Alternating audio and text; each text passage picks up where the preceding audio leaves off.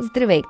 Днес съм тук, за да ви науча на една много бърза и лесна магия за любов. Но внимавайте, никой не трябва да ви вижда, когато вие я правите.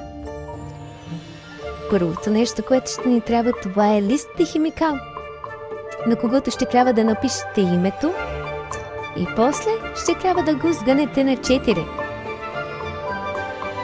Написвате името на този, в когото или в която сте влюбен. След това сгъвате на 4 и слагате къде? В обувката. Обувката под левия си крак. Има значение. В случай на скъсване, направете си ново листче и сложете отново под обувката. Благодаря за вниманието.